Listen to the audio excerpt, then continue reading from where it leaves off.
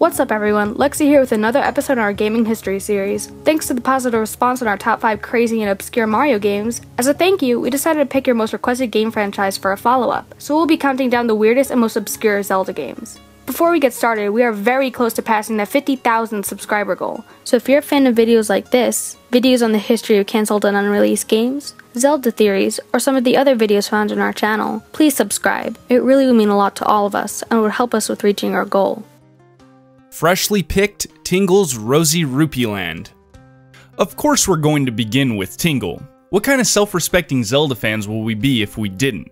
And would it really be a list of odd Zelda games if we didn't include Tingle? By this point, I'm sure most Zelda fans are aware that Tingle has his own game. But I'm sure not everyone knows that he has at least 4. Love or hate him, Tingle, especially in Japan, is very popular. Nintendo even had a realistic take on the zany character in Twilight Princess. Though, instead of being named Tingle, Aonuma says they decided to name him differently. Freshly picked Tingle's Rosy Rupeeland is what most people refer to when talking about the Tingle games. It was released in Japan on September 2nd, 2006, and in Europe on September 14th, 2007.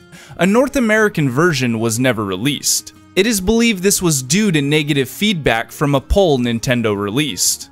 The game's plot follows Tingle's transformation from a rather ordinary middle-aged man into a green-clothed fairy persona. Such a story starts when one day a voice calls Tingle from his home to a spring west of his house. Here, Uncle Rupee, an old man with a rupee-shaped head, appears and offers Tingle a life in paradise called Rupeeland if he continues to throw rupees into the western pool. If enough rupees are fed, the tower found under the pool will grow upwards towards the sky, and Tingle will be able to enter Rupeeland. Tingle accepts the offer and Uncle Rupee transforms him so the rupees become his source of life. However, at the end of the game, the player learns that Uncle Rupee has been deceiving Tingle all along, and the Rupeeland is a horrible place, causing Tingle to battle against himself. Trust me, it's just a really weird game, but it did do so well Nintendo actually developed a direct sequel. Next on our list, we have BS Zelda no Densetsu, which I've covered on a previous video discussing the top 5 cancelled and unreleased Zelda games. For those of you who are curious about how or why it wasn't officially released by Nintendo, you can follow the link in the description and the top pinned comment for that video. So what made this game so odd or bizarre for a Zelda game? It was the first official game under Miyamoto or Aonuma to not only allow the player to choose from a female or a male, but neither of these characters were Link.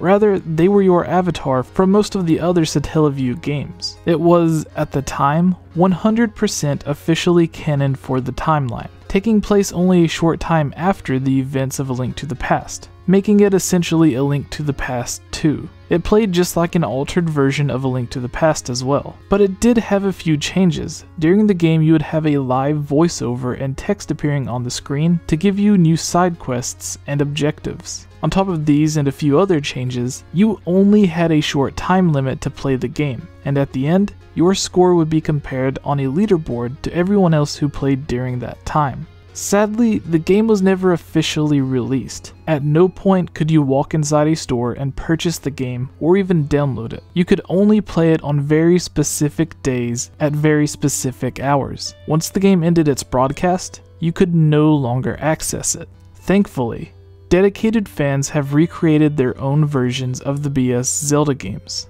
But sadly, they aren't 100% accurate to the original games. Instead of go more in depth on this, we're going to move on to our next game on this list. But, again, you can find out more information about all of the BS Zelda games and other cancelled or unreleased games in the Zelda series by following the link in the description. I love Tingle. Don't you love Tingle? Haven't you wanted Nintendo to just release a game based on Tingle that has him just dancing around in front of your pictures? No? Well, me either. But if you did, you could pick up Dekisugi Tingle Pack, which is a small collection of mini-games for the Nintendo DSi that released on June 24th, 2009. First off, for those of you who don't know Tingle, the Zelda series has made different characters that stand out and make lasting impressions. the Happy Mask Salesman, Beetle, Dompe the Gravedigger, but none more so than the one and only Tingle. He is essentially like you and me, a huge fan of Link and fairies. He loves dressing up or cosplaying as a hero, tends to act a bit goofy, dances around, occasionally likes to draw and throw confetti. So keep this in mind for all the cosplayers. When you cosplay as Link, you aren't cosplaying as Link, you're essentially becoming Tingle. The downloadable Tingle pack contains 5 separate applications including a tarot card fortune teller, a timer, a calculator, a marionette of Tingle that will dance in front of your images you've taken with the DSi's camera, and a coin game where up to 20 people can play. The game costs the player 500 Nintendo points, or $5. I believe this was Nintendo's way of creating a wacky character based off of the main protagonist of a series and wanting him to be the mascot of a minigame collection. Similar to Wario being a bizarro version of Mario, and starring in his own games and being the title character and mascot of demo collections. Triforce Heroes. First described as just a side game existing on its own, it was quickly retconned by Nintendo only a week later to officially take place in the existing timeline as a sequel to A Link Between Worlds. In fact, the Link that you play as is the same exact Link from A Link Between Worlds. Nintendo clarified that the Link that you play as is the true hero, and the other 2 who join you are essentially just local helpers. So why is Triforce Heroes so odd? The entire game is so silly it actually makes fun of itself at times. Almost everything is a pun on fashion, and the huge evil event that leads to Link saving the kingdom isn't an evil beast or a king like Ganon or Majora trying to destroy the world, torturing all of the many races or having the moon fall. No, it's a bit more bizarre than that. Let's take a look at the official plot. Triforce Heroes takes place in the fashion-forward land, Hytopia. The kingdom's princess, Princess Styla, was adored by all except for Lady Maud, the Drabland's witch, who despised the princess's cute fashion sense. The witch sent Styla a beautifully wrapped gift. However, this was merely a trick, and when Styla opened it, she found herself cursed to wear an irremovable, ugly jumpsuit. In her misery, the princess isolated herself as the rest of the kingdom wept for her fate. Fear began to rise among the populace of Hytopia, as people grew afraid of fashion in fear of being cursed as well. As only chosen heroes could enter the Drablands, her father, King Tuft, sent out a notification to the kingdoms near and far asking for heroes to assemble, promising a great reward. A prophecy within the kingdom, however, tells of the Triforce Heroes, who are described as having pointy ears, sideburns, and side-parted hair, who come together to form a totem. The prophecy goes on to say that once the Triforce Heroes have overcome all challenges, the kingdom of Hytopia will be blessed with everlasting peace and style. The king firmly believes in this legend, and believes that only those who meet this criteria are the true Triforce Heroes. But there is more than one person claiming to be that hero. While passing through the land on his travels, Link notices King Tuft's sign asking for heroes to assemble.